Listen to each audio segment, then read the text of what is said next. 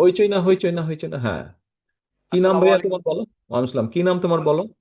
আমি মোহাম্মদ সাইদুজ্জামান সুজন, সুজন। বেসরকারি বিশ্ববিদ্যালয়ের যুগ্ম সাধারণ সম্পাদক। Very good. তো তোমার পরিবার কি কৃষিকাজের সাথে সম্পর্কিত? জি জি, কোথায় সম্পূর্ণ। তোমার দেশের বাড়ি কোথায়? আমার দেশের বাড়ি হলো ঠাকুরগাঁও সদর। আচ্ছা। তুমি কি কি ধরনের কৃষিকাজের সাথে সম্পর্কিত? আমরা বছরে 3টা ফসল করি। সেটা হুম। হলো ধান, আলু আর ভুট্টা। ভুট্টা, ধান, আলু, ভুট্টা, আচ্ছা ঠিক আছে। তো এখন তোমার জমির পরিমাণ কত তোমার পরিবারে? এখন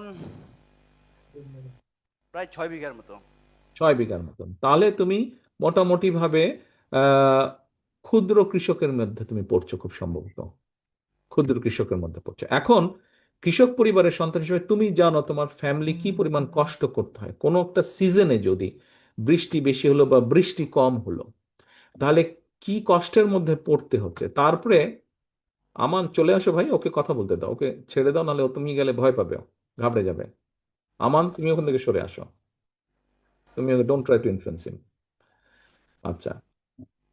তো এখন বিষয়টা হচ্ছে যে এই যে তোমরা 3টা ফসল করো, তুমি যদি, তুমি যেহেতু কৃষক পরিবারের সদস্য, তোমাকে যদি আমি এখন জিজ্ঞেস করি যে আহ, তুমি যদি তোমার আব্বার কাছে তোমার ফোনে অথবা তোমার আব্বার ফোনে যদি একটা অ্যাপ থাকে, এবং ধরো আহ, আগামীকাল তুমি, কথা প্রসঙ্গে আগামীকাল ভুট্টার তুমি করবে, কিন্তু সেটার তুমি সারটা দিবে মাটিতে, কিন্তু কালকে বৃষ্টি হবে কি হবে না, যদি বৃষ্টি হয় সারটা তো তাহলে ওয়াশ আউট হয়ে যাবে, তাই না সুজন?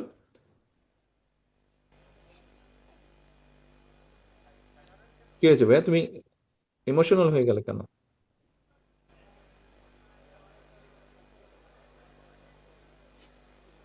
আচ্ছা।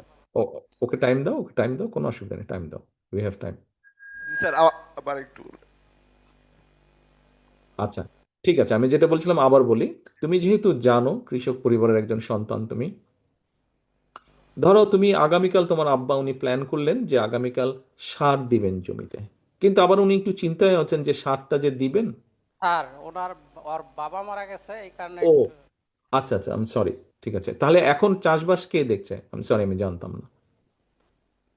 আমি পরিবার, আমার ভাই। তোমার ভাই দেখছে, আচ্ছা। তোমার ভাই ধরো ঠিক করলো যে কালকে সার দিবে, কিন্তু কালকে বৃষ্টি হবে কিনা এটা তো আমরা জানি না, তাই না? এখন না, আমরা। বৃষ্টি হলে সারটা ধুয়ে যাবে। তো আমরা এখন যেটা, আমরা অলরেডি আমাদের বাংলাদেশি একজন সায়েন্টিস্ট, উনি অস্ট্রেলিয়াতে থাকে, ওনাকে নিয়ে আমরা বসেছি এবং উনি বেরও করেছেন, সেটা ডিজাইনও করেছেন যে তোমার যেই অঞ্চল, ওই অঞ্চলে কালকে বৃষ্টি হবে কিনা ওই অ্যাপের মাধ্যমে তুমি জানতে পারবে। আমরা এতটা ডিটেইল পর্যন্ত কাজ করার চেষ্টা করেছি, মোটামুটি ভাবে আলহামদুলিল্লাহ আমরা সফল হয়েছি। তো আমি যদি অ্যাপের মাধ্যমে জানতে পারি যে বৃষ্টি হবে, তাহলে আমি সার আজকে দিব না, আমি দেবো না। আগামীকালকে দিব। রাইট। আচ্ছা।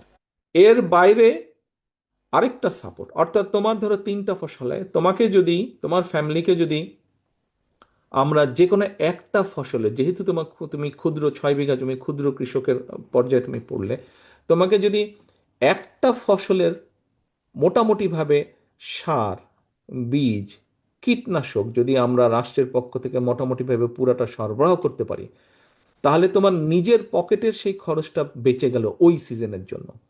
তুমি কি মনে করো পরপর 5 বছর যদি তোমাকে এই সাপোর্টটা আমরা দিতে, সরকার দিতে সক্ষম হয়, তাহলে 5 বছর পরে তোমার অর্থনৈতিক অবস্থা, এবং তোমার মতন সারা বাংলাদেশে যে আরো কয়েক লক্ষ, আমাদের এমনি অ্যাভেলেবেল ডাটার ভিত্তিতে সব মিলে প্রায় 1.5 কোটির মতন কৃষক আসে এই মুহূর্তে, যেই ডাটা আছে আমাদের।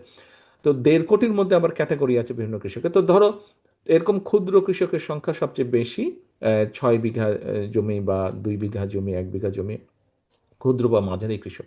তোমার ফ্যামিলি যেই লেভেলের কৃষক পরিবার, তাদের জন্য কন্টিনিউ 5 বছর যদি এই সুবিধাটা কন্টিনিউ হয়, তাতে তুমি মনে করো তোমার পরিবার একটা শক্ত অর্থনৈতিক ভিত্তির উপরে দাঁড়াবে 5 বছর পর। হ্যাঁ, আমি মনে করি যে আমার ফ্যামিলি আরো এগিয়ে যাবে, এবং কি এই যে টাকাটা আমরা এইখান থেকে পাবো, সেই টাকাটা দিয়ে আমরা অবশ্যই কিছু হয়তো বা জমি কিনবো, বা জমি বর্গা নিব, বর্গ নিয়ে আরো বেশি উৎপাদন করতে পারবো, সক্ষম হব। অর্থাৎ তোমার পরিবারের অর্থনৈতিক বুনিয়াদটা ধীরে ধীরে ধীরে ধীরে শক্তিশালী হবে, তাই তো? রাইট, বসে সুজন, ধন্যবাদ। আমি সরি, আমি জানতাম না আসসালামু তোমার আব্বা মারা আলাইকুম। গেছে। আসসালামু আলাইকুম। আচ্ছা ভাই, তোমরা এখন সুজনের কথা শুনলে, তোমরা এখন আমার কথাও শুনলে। তোমরা যারা কৃষক পরিবারের সদস্য এবং কৃষক পরিবারের সদস্য নও, কিন্তু পুরো জিনিসটা তোমরা বুঝতে পেরেছো, আমাদের লক্ষ্য উদ্দেশ্য। তোমরা হল ভরা যে আমার ভাই বোনেরা তোমরা আছো, তোমরা কি মনে করো আমরা যদি কৃষকদের জন্য এই কাজটা করতে পারি তাহলে দেশের কৃষির চেহারার পরিবর্তন হবে, কৃষকদের চেহারার পরিবর্তন হবে? Do you agree to this? আচ্ছা, তাহলে দলের এই পরিকল্পনা, তোমরা জাতীয়তাবাদী ছাত্র দলের সদস্য, অর্থাৎ তোমরা বিএনপির সহযোগী সংগঠন, সেই হিসাবে কি তোমরা মনে করো যে তোমাদের দল বিএনপি, মূল দল বিএনপি এই দেশের মানুষের, এই দেশের কৃষকদের কথা, এই দেশের অসুস্থ মানুষের কথা, এই দেশের শিক্ষার্থীদের কথা, এই দেশের শিক্ষকদের কথা, এই দেশের তরুণ সমাজের কর্মসংস্থানের যেই পরিকল্পনাগুলো নিয়েছে, এইগুলো ভালো এবং বাস্তবসম্মত? তোমরা কি তাই মনে করো সারাদিনের রেজাল্ট আলোচনার পরে? কি সবাই এগ্রি?